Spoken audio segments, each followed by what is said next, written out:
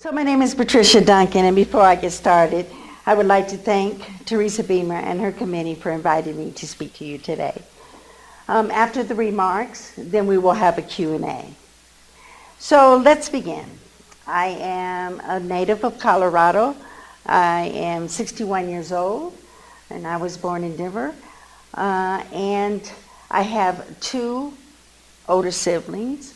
One is 72 years old, which is my brother. He's the oldest. And my sister, who's deceased, which we will talk about her later, she would be 66 years old.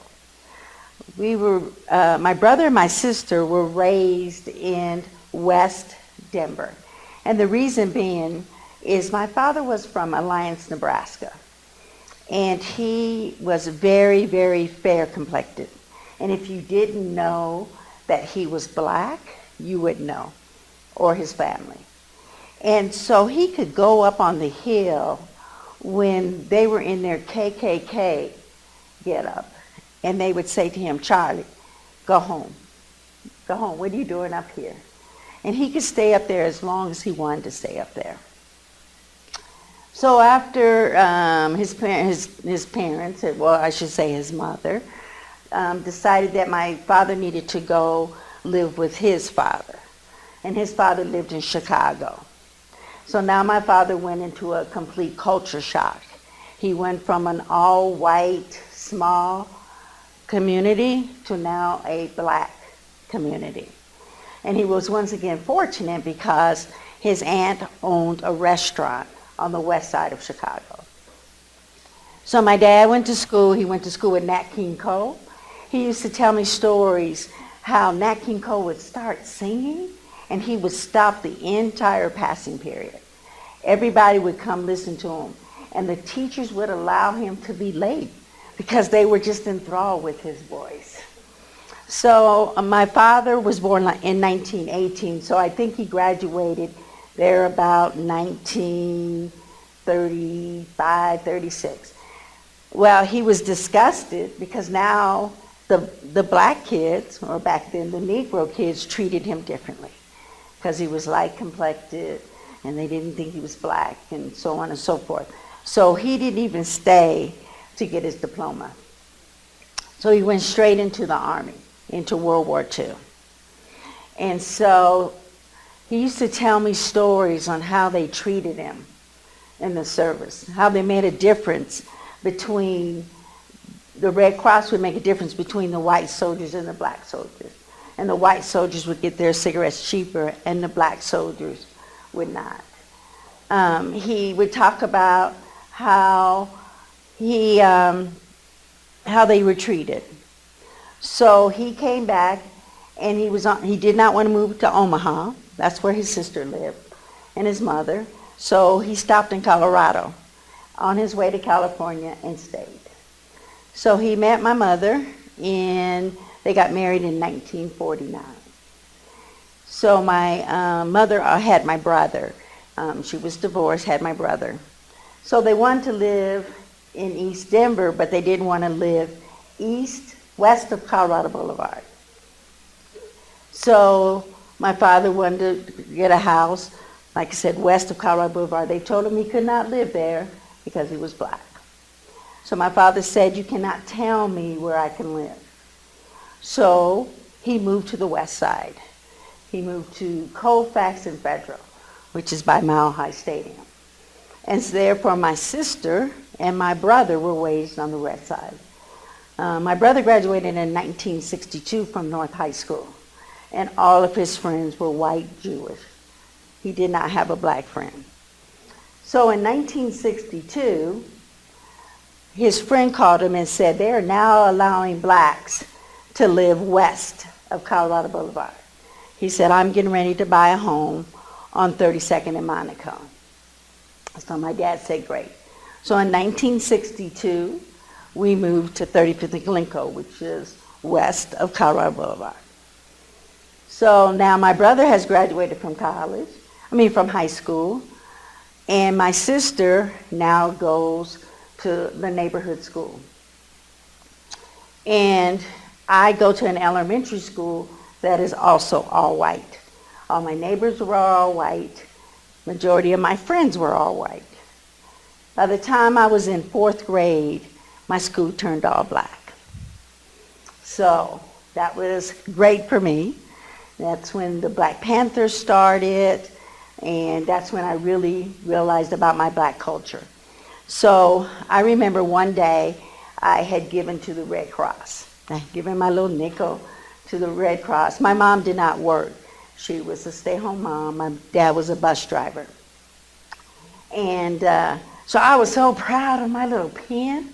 I had it on, and I came home, and I showed my dad. And he yanked that pen off. And I started crying. I'm like, Daddy, what are you doing? Why did you yank my pen off? And he said, don't you ever give to the Red Cross, because they did not treat the Negro soldiers right. They always made a difference between the Negro soldiers and the white soldiers. So to this day, I do not give to the Red Cross. So my mom was all about education. She was very involved. She was part of the PTA. She went to all of my parent-teacher conferences. I was a great student, but I liked to talk. And so, of course, I got into a lot of trouble. So now I come out of elementary school, because back in my day, you went from kindergarten to 6th grade to elementary school.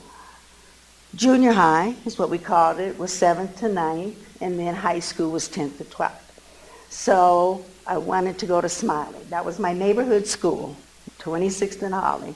My mom said no. And I'm like, why, Mom? And she said, because you're not going to get a good education, because you're going to be around your friends, and they don't care about the Negro children. So she sent me to a school called Maury, which once again, now this school, she didn't realize, is black and Mexican. And I despised it. Hate was not a word we could use in our house, because my father used to say, it takes a little person to hate and a big person to love. So I do not allow my daughters, they cannot say that word around me. They have to say despised. So one semester, I stayed at Maury. It was horrible. And one day, my friends didn't come to school. My little boyfriend, I always liked boys. Even though I was a tomboy, I liked boys. Didn't come to school. And these 3 Mexican girls ran me all the way to the bus. And I knew if I dropped my books, my parents were going to kill me. And I knew if they caught me, they were going to kill me. So it was like run and pray. And the bus driver saw the fear in my eyes. And he pulled the bus in between me and the girls. And I was able to jump on the bus. And they didn't get me. So, of course, my mom said, okay, we got to go to another school. And they allowed open enrollment back in the 60s. So I went to a school called Grant Middle School. Okay, so now I am raised thinking that there's not poor whites, that there's not whites that have less than me. And I was so wrong. The majority of those students in that class, in that school, had less than what I had. And it was very interesting. But I made some great friends. And I remember I was in 7th grade, and this guy came up to me and he said, my mother said niggers have tails. And I looked at him, because prejudice wasn't taught in my house. It's either I like you or I don't like you. We don't care about the color of your skin. Either you're a mean, hateful, non-spirited person, but that doesn't have to do with the color of your skin. So I ran home, and when my dad got home, I said, Daddy, this white guy, because I was allowed to say white because of the way my dad was. So I didn't have to say Caucasian. I was allowed to say white. And I said, and I told him what he said. And he said, you go back and tell him for him and his parents to look at their own ass. So I just knew So I went back and I told them just exactly for a word what my dad said. So, of course, the parents called the school and said that I cussed at him. So when I told them what they said, they just dropped it. Nothing else was said, and they just dropped it. So in 8th grade, I got into a fight with a Mexican. And all I could think about was me running for my life. And I tried to kill her because that's all I could think about. And so the school expelled me and had the nerve to say I was inciting a riot. So my mom at that time, because my mom was very strict, very strict. I didn't look at TV during the week. I could only look at TV on the weekend. Well, I didn't want to be cooped up in the house looking at TV on the weekend. I wanted to be outside riding my bike, riding my, doing my skateboard and looking at boys. So TV was the last thing from my mind. And so I just knew I was going to get in trouble. But my mom understood. My godmother was sick and was dying. And we couldn't wear pants. We always had to wear dresses. And it had changed about 6 months, I'd say, prior to this. And so my mom came up, and we had a black counselor who kind of cared about us, but didn't. And I remember my mom saying to him, "You're Uncle Tom. You don't care about these black kids in the school." Because I was a good student, and I was a likable student, I got back into school and I got the inciting a riot off, and I just got suspended. So in that, my mom changed and I was able to wear pants to school. Okay, so now we're going to high school. It's like, yes, I get to go back to my neighborhood high school, which is East High School. Wrong. Answer, no. And I said, "Mom, I've done good. I was an A student." She's like, "No, you're just not going to do good being around your friends." So I said, "Okay, so where am I going to go to school?" She said, "I don't know, you pick, but it's not going to be East and it's not going to be Manual." So I said, "Okay, well, my friends are at Grant. I'm going to go to South." So I went to South High School. In my first year, I got into so much trouble with those kids that I went from a 3.9 grade average to a 1.2. And I used to tell my mom, you couldn't say too much because then you were a smart mouth. And I would say, "Mom, see, you didn't let me go. My friends, look what happened." And, she would just look at me like I was crazy. So I worked really hard, and I got my grades back up to like a 2.8, 2.9. So now it's college time. And I wanted to go to Morgan State College, which is in Baltimore, Maryland, and it is a HBCU, a historic black college. And my parents were paying for it, and my mother said no. Once again, I'm like, "I don't understand, Mom." And she said, "You're really not going to get a good education in a black college. Go to school here in Colorado, and then maybe go for your undergrad." And I said no. I was finally at the point in my life that now I was grown and I could make my own decisions. So I worked full time at a bank, and I was a bank teller. And in 1976, I was offered to go interview with Braniff International Airways as a flight attendant. My mom was a caterer, and she worked for some extraordinary people. Well, one of them was president of Continental Airlines. And so he had always told my mother that I would make a perfect flight attendant. So if I wanted to be a flight attendant, I had to be 21 years old, that he would make sure that I got on with Continental Airlines as a flight attendant. Well, I couldn't wait. So I interviewed with Braniff, and I got on, and I was 20 years old. And of course, he was just devastated that I didn't, wait to fly with Continental, but I don't know I really would have got the job. So, of course, my mom was devastated because now I'm leaving Colorado. So I went from my parents' house at 20, and I moved to Dallas, Texas. And I lived there for 6 weeks, and then my first base was Minneapolis. And for me, it was a culture shock because they're a very wide open kind of city. And so I wasn't used to having white men approach me to go out on a date. So once again, I decided, okay, I'm going to try it. A man is a man, we'll just see.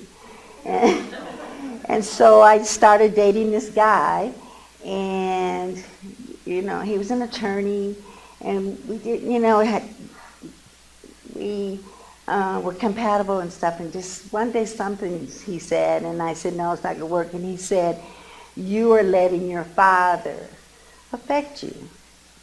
You will never be able to date someone outside your race because you keep what your father has taught you. Kind of hovered over. So I'm like, yeah. So we broke up. And of course it was too cold, so it was like time for me to go. So I didn't want to come back to Denver. Who wants to come home? So I moved to Dallas, back to Dallas, and I lived there for 2.5 years. And I went everywhere. And once again, I started dating men outside of my race. So I dated Saudi Arabian, Iraq, a guy from Germany. So he flew me to Berlin, which was amazing. And they love black women in Germany. And it was a great time. So we went across, the wall was still up, and he had to go through one part, and I went through another part. But it was like a prayer that I knew I was going to come back, but he might have not came back. So where he lived in West Berlin, he could see where his parents lived, and he could not bring them back. He could not bring them over across the wall. And so, of course, we broke up, and I went on and moved. In 1980, I moved to Los Angeles, and I flew the Orient. And so I flew to Seoul, Singapore, Guam, Hong Kong, and Hawaii. And that was truly my college. I learned so much. Your own personal experience is your book. Because your experience is not going to be the same as someone else's. And bad things may have happened to them, but that doesn't mean bad things are going to happen to you. So I loved it. I worked 12 days a month. I had 18 days off, so I could go to the beach. I could do whatever. Of course, I, turned into a little Hollywood girl, and I had my own answering service that, they could call and tell me who called me, and it was just the best. So I met a guy back home in Denver, and they had talked about the base closing, and I didn't want to be caught in that. So I moved back to Denver. As much as I didn't want to, I moved back. And the base did end up closing. I moved back in August, and the base closed in September. And people were stranded. All our international bases closed. So we had one in Boston, one in LA, and there was one other one. And they all closed at the same time. And people were stranded. Flight attendants were stranded. And other airlines was tough. Get home best way you know how. You want to buy a ticket? Well, you don't have any money to buy a ticket. And so eventually everybody got back home. My girlfriend got stranded in Hawaii. And 3 days later, American Airlines gave her a ticket to come back home. And the hotel did not charge her. So I went on, and I was based now in Houston, and I was now flying domestic. And at that time, I was dating a professional football player who played for the Houston Oilers. And once again, it didn't last, but it was fun. It was fun. It was fun going to the games and things of that sort. And then Brandon went bankrupt in 1982, and I was devastated. But in the meantime, I had gotten pregnant, which I was very mad at myself because I had said I was not going to have a child out of wedlock. But I did, and that's life. And so she was born in 1982.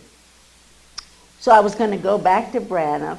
Her father's mother was going to keep my daughter, and she was born in March, and Branham went bankrupt in June of 1982. So I was devastated. That was my world. That was my life. That was my career. That was everything. So I just stayed home. I lived with my parents and thought, okay, what am I going to do? So a year went by, and a friend of mine said, you want to work for the USFL? Oh, that's football. I love football, and I'm like, yeah. So I became a ticket seller for the Denver Gold. How many of you remember the USFL? Do you guys remember that at all? Okay. So I did that for about 8 months, and we got a new owner. So when you get a new owner, you can lose your job. But I was the only one that lost my job. And to this day, I believe it was because I was black. And I also took them to court. But I just did not have enough evidence. I didn't write it all down to prove that was discrimination. So in the meantime, I hooked up with my husband. I was at the dog track. Once again, I like to gamble. And my mom had my daughter, so I had to make it fast. I saw my now husband, who we went to middle school together. We had not seen each other in 16 years. So we look different. I'm skinny, and he's bigger, because he was thin and I was fat. And so we got reacquainted. He said, can I call you? I said, yes. So I placed my bet. I won $600 and got a husband all in the same night. So we got married we started dating in 83, and we got married in 84. July of 83, we were married in April of 84. And so at the time I was working for the USFL. I left the USFL and I went to the Denver Nuggets. I was assistant ticket manager at the Denver Nuggets. So now my daughters, my husband and I, we have the best of all the worlds. We have my father-in-law's Denver Bronco season tickets. We have season tickets as an employee for the Denver Nuggets. Then I started working for the Colorado Rockies. Then I started doing Disney on Ice. And I did all these things so my daughters could go to everything. Well, it ended up costing more money to buy the souvenirs than it did to buy the tickets. But that's okay. So now we go on and we raise our children, and we lived in Park Hill. And that was exciting because we could raise our kids.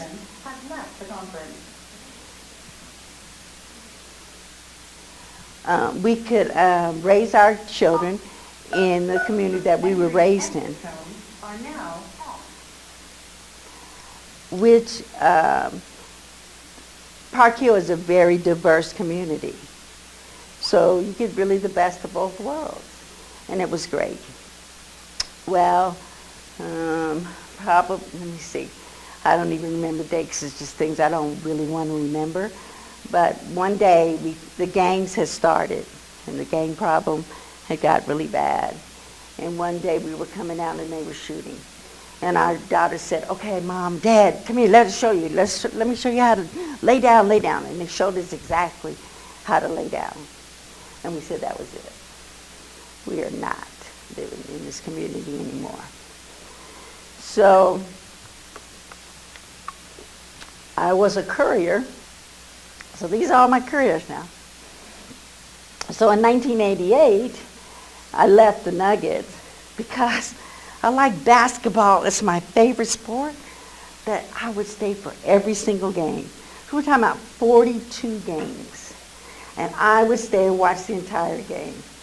And my daughters was like, Mom, what are you doing? Why aren't you coming home? And I'm like, I'm watching the game. Okay, maybe this is not a good fit anymore. So I thought I wanted to be a stay-at-home mom. So I quit the Denver Nuggets, and I stayed home for 3 months. And I was losing my mind. And I told my husband, I said, I love my daughter, but I need some adult interaction. He said, well, you do what you have to do, honey. So I got a job with Federal Express. And I started out as a customer service agent, and I went on to be a courier. I was like a mid-sort courier. So like if you put a, excuse me, if you put a bad zip code, you lose your commitment, and then I would deliver your package. So I did that for 15 years. It's a great company. I worked part-time. I made great money. So I was able to pay for the daycare for my daughter. And then my parents, my husband's a firefighter. He's a captain on the Denver Fire for 35 years. He's soon going to retire in September. And he is a firefighter. And what does that mean? That means he has spent his entire career in a firehouse. Not in an office, in a firehouse. And so now he's blessed to spend his last 5 years at the airport. So I would take the girls to my parents' house, and they would spend the night, and he was a mom's dad, because he would comb their hair, and he would get them all ready for school. Excuse me, because I would have to be at work at 6:30. So he would pick them up from my mom's house, and he would take them to school. And so on the weekends, when they weren't in school, he was the one that took them to the park and took them to the movies. So, Dad was their best friend. Mom was just kind of hanging around, but my dad was about Dad. So I did that for 15 years. And so my sister, remember we said we'd come back to my sister. So remember, my mom was a caterer. So I always planned the family events. If we had barbecues or whatever we had, I would plan them. Now, I didn't want to tell you guys this, but I am not a cook. Could not cook the first 5 years of my marriage. So we would always go to my mom's house. So of course, my mom would do all the cooking and my sister could cook. So my sister started working for the Secretary of State in 1974 as a part-time clerk. In 1993, she came to us and said, I am running for Secretary of State of Colorado. So first of all, we're looking at her like she's crazy, because if you know anything about politics, they're in your life. And my sister was a very private person. So we're like, really? And she's like, I'm tired of doing their work. I might as well be the Secretary of State. And so we said, okay. And she said, I'm running as a Republican. And my mother said, oh, no, you're a Democrat. I think you got it mixed up. And she said, no, Mom, I am running as a Republican. So my dad said, whatever you do, we'll be there to support you. So in the black community, that's like taboo. A black woman running as a Republican. But back then, that was the only way you could win a statewide office, was to be a Republican. So we started campaigning, and it was difficult. It was difficult to get my community to vote for her. She could do the job.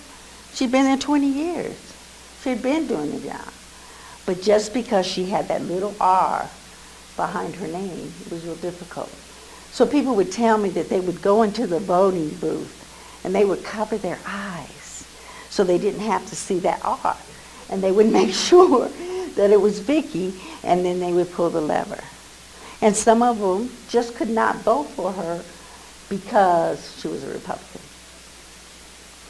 But that was okay. 1994, she won.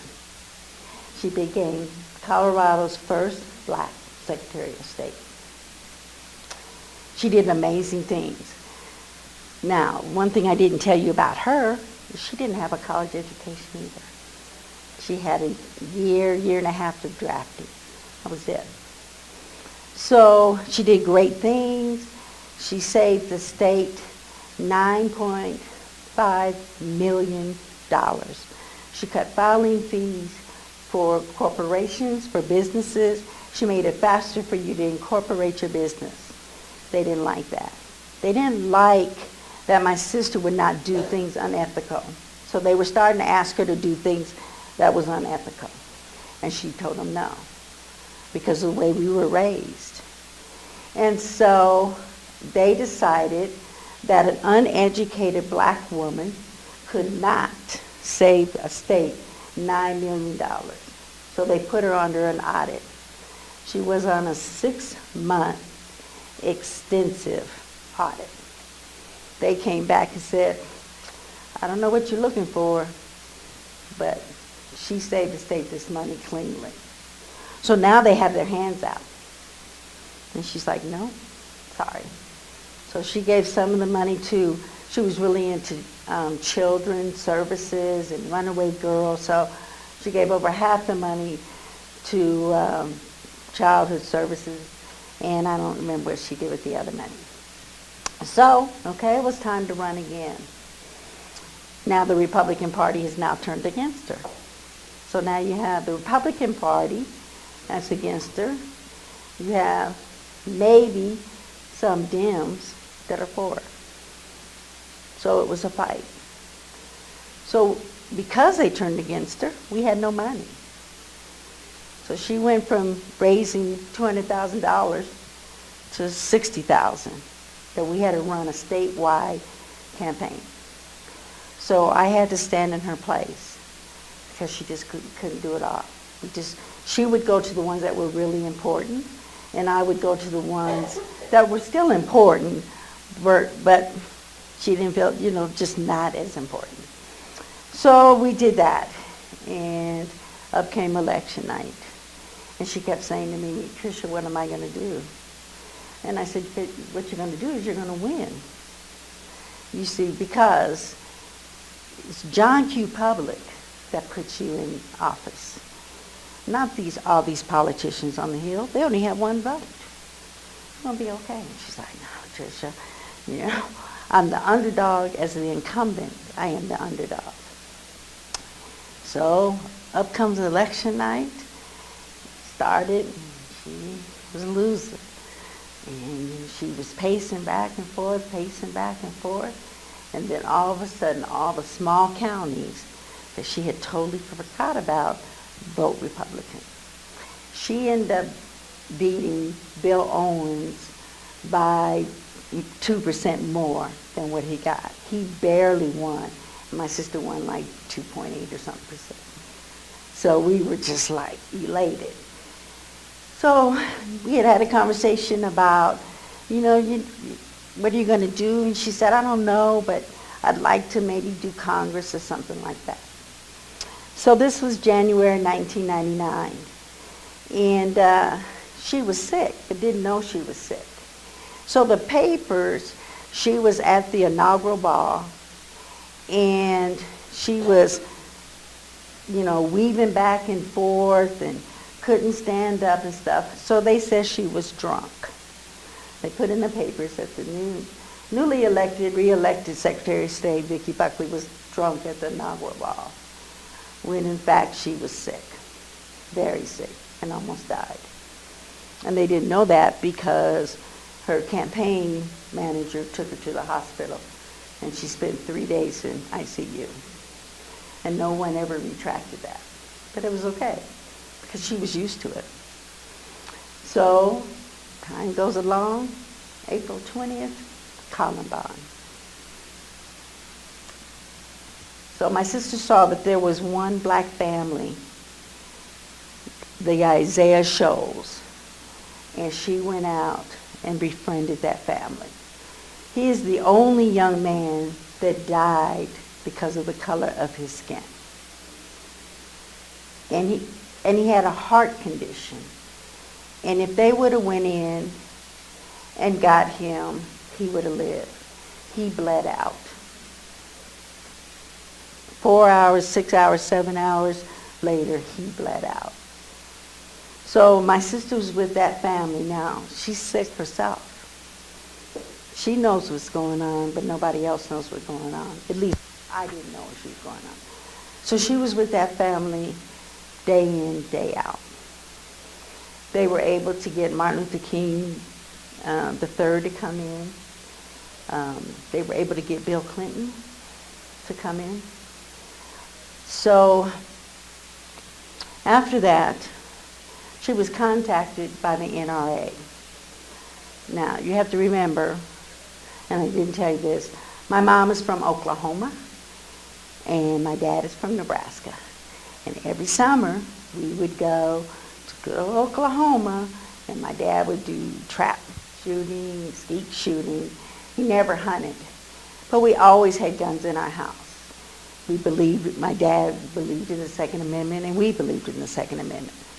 That was how we were taught. So the NRA was doing this was their largest conference. And they called to see if they could get a welcome speech. And everybody told them to go away. Bill Owen said go away. At the time, Wellington Webb said go away. Everybody said go away. You're not welcome here. Don't you understand what happened? So they called my sister. And she said, I have befriended Isaiah Shoals' family. He was the young man killed in Columbine. And whatever they tell me is what I'll do. So she went to his father and mother and told them about the NRA wanted her to give a speech, a welcome speech. And Michael, that was the father, said, the NRA did not kill my son. You are an elected official. You are to give the speech. So on May 1st, 1999, my sister gave a speech to 5,000 delegates called New Age Hate Crimes. And you can see this speech if you go to cspan.org and put in Vicki Buckley, but you have to pay, it's spelled B-I-K-K-I, Buckley. And you can see the speech. It is phenomenal. Phenomenal. She became an instant rising star after that. So now my nephew got accepted with the help of my sister into the Air Force Academy. And so it was time for him to graduate. My sister was the first non-commissioned woman of any race to commission a cadet in the United States Air Force. So that was June of 1999. So it was a phenomenal year. She had won re-election. My parents celebrated their 50th wedding anniversary. He was our first college graduate. And on July 14th, 1999, she died. Unexpected. She had undiagnosed sarcoidosis. But she had told people, like Michael Shoals and them, that she was sick and that she needed a heart. But she wasn't going to get the heart transplant. I guess she had had cancer. The cancer had came back. We knew none of this and did not know any of this until the autopsy. And that's when I found out. So she and I, by her being 6 years older than I, really didn't know each other. And those last 5 months, while we were campaigning, she would say, Tricia, you need to start a company. And I'm like, yeah, Vicki, company, yeah, right. Excuse me, I got time. I didn't have time. She died in 99. So in 2001, I started my own company. It is called Ijaba Event Planning, Inc. Ijaba means a wish fulfilled. My best friend went and, I don't know, she just did some research, and that's how we came up with the name. So, being the type of person that I was very creative, I'm very smart, but I wasn't organized, I was a procrastinator, I would start things, stop, so on and so forth. So in 2002, I said, how do I get my name out? So I decided to do the Ijaba Jazz series. And I love music. Every 2 weeks, as a little girl, we would go on payday, and I got to go to Woolworth, and I got to buy 45s and every now and again albums. So I had it all. So I have loved music my whole life. But I believe in the local talent. I've been fortunate enough that I have friends that are in Earth, Wind, and Fire. But I believed in the local talent. And so on Tuesday nights, I had jazz musicians. And it became very successful. So a guy came, and he always had his camera. And I said, do you mind taking pictures, of the artists and stuff at the jazz series? And he said no. So I said, okay. So as time went on, I was like, maybe I need to learn how to take pictures of like my centerpieces and things like that, just for my own records. So I asked him, would he be my mentor? So he said yes, he would. So we did the jazz series in 2002. In 2003, I left the place where I was doing it and moved to another place, and he decided he was going to do national artists. Well, I'm sorry, the local doesn't have a chance to compete against the national artists. So I lost a lot of money, but it was okay. And at the end, I did a concert with a guy named Paul Taylor, who is a smooth jazz artist. So I'm like, okay, so I'm taking pictures and things like that. And I do a couple events and take pictures. And so I start sending them to this guy. His name is Buddy. And I'm like, oh, I think these pictures are really good.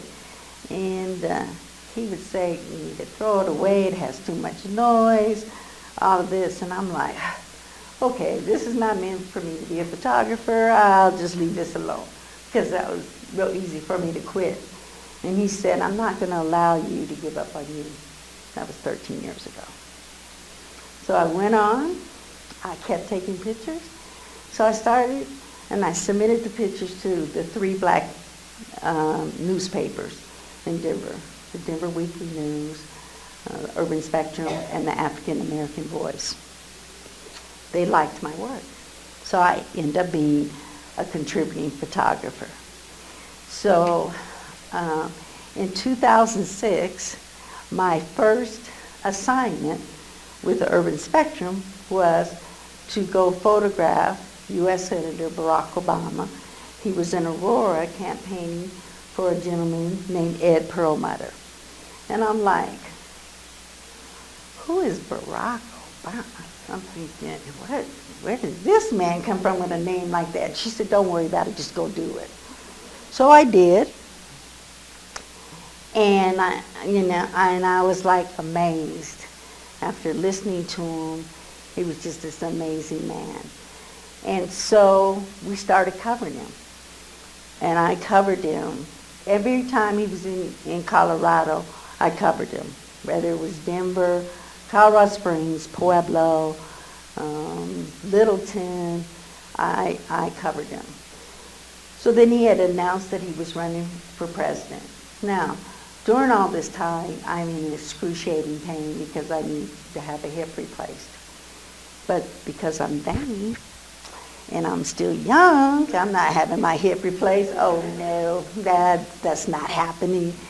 So in came the Democratic Convention, and I had to walk an average of 2.5 miles each way to cover it, and I would be in excruciating pain, but I did it. I covered every rally, everything that it had to do with Barack Obama. So somewhere, and to this day I don't know, I decided that I needed to do a book. Because I just can't explain to you the people's expressions on their faces you would see when he would talk, and how people were inspired and stuff. So I said, okay, I'm going to do me a book. Okay, but you got to remember how I am, right? So I quit, start, get it done, You got paid for it? 2.5 years later, he's now inaugurated. He's now been president. I'm still, now I have it together a little bit. I pulled in my friends and I said, look, you want to be a part of this project? I need to finish a project. You want to be a part of it? They're like, yes. I got a couple of other photographers. I got 2 writers. So we could do some interviews because it had to be different. Because all these books had been out. And here I'm trying to come out with a book 2 years later. It just had to be different. It was like, so they were like, yes. So I went to a friend of mine and said, I don't have any money, but I'm going to do this great book. And he's like, you haven't been watching the news? You don't realize what's going on? And I'm like, I don't know what's going on. He said, we're in a recession. I said, and what does that have to do with me? He said, people don't have money. Companies don't have money. They're losing money. I can't go ask anybody for money. I now can't give contributions to the nonprofits that I used to give because we're not making the money. I said, okay, let me just stop. I don't have the money. It's okay. He said, well, what are you going to call this book? And I said, I'm going to call it Colorado's Defining Moment. And he's like, no, that's not going to work anymore. I'm like, why not? It's pictures in Colorado. Why wouldn't it work? And he said, because you need to put it on a national scale. And so he said, I said, okay, what should I call it? And he said, you should call it A Defining Moment. So that's what I did. So somewhere along the line, I found one person to invest in my dream. And then I got another person. And I got 5 people to invest in my dream. So that meant I was on my way. I didn't look back. My mom had moved, was now in hospice. This was 2010. And I would go to hospice and I would work on my pictures because I had to convert the pictures, edit the pictures, and capture the pictures. And I would tell her, she would say, okay, Tricia, it's time. You've been worked on the pictures long enough. It's now my time. On August 15th,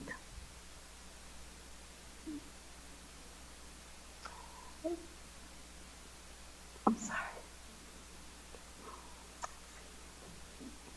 On August 15th, 2010, I told my mom I had finished my part and everything was ready to go to the society.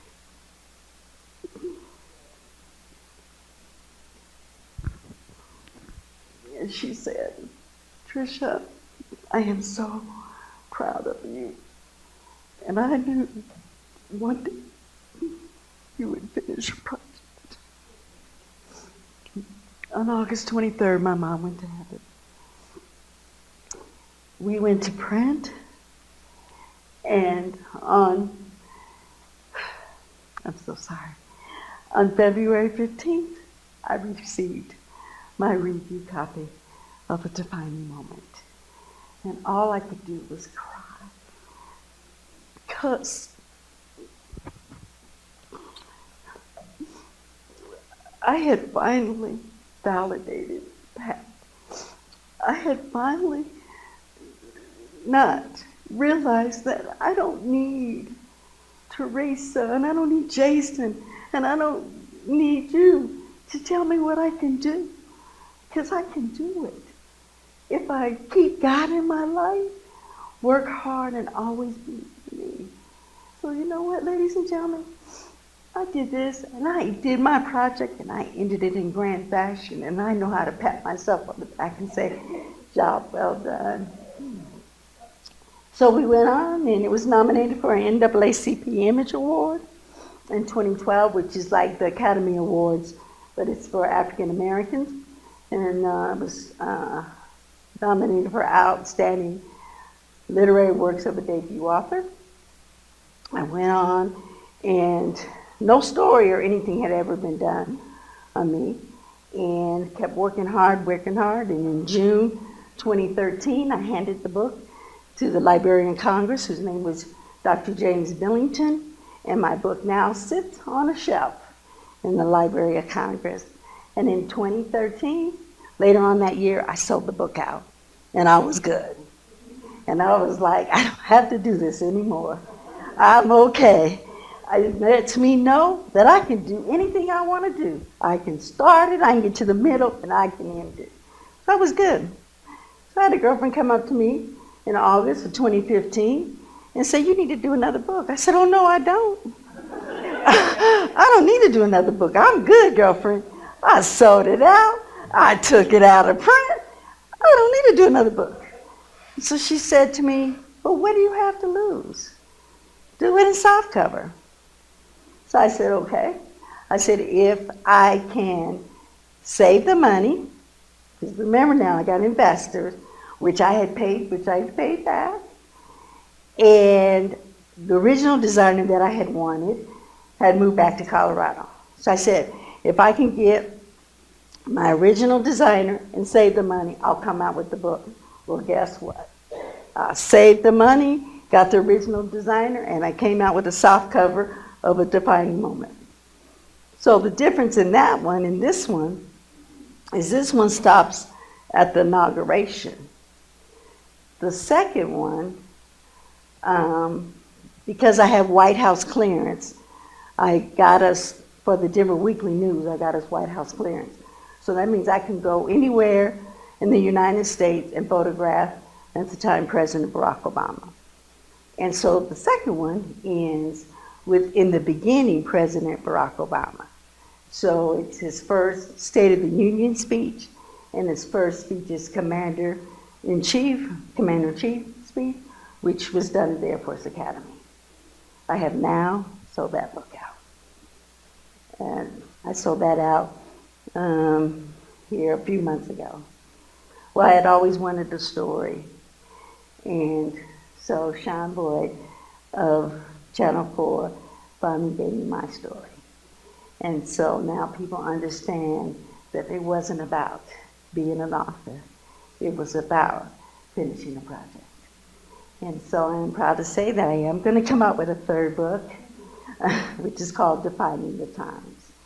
And it will be the entire journey of Barack Obama, starting from 2006, when I started with him, all the way to January 10th, 2017.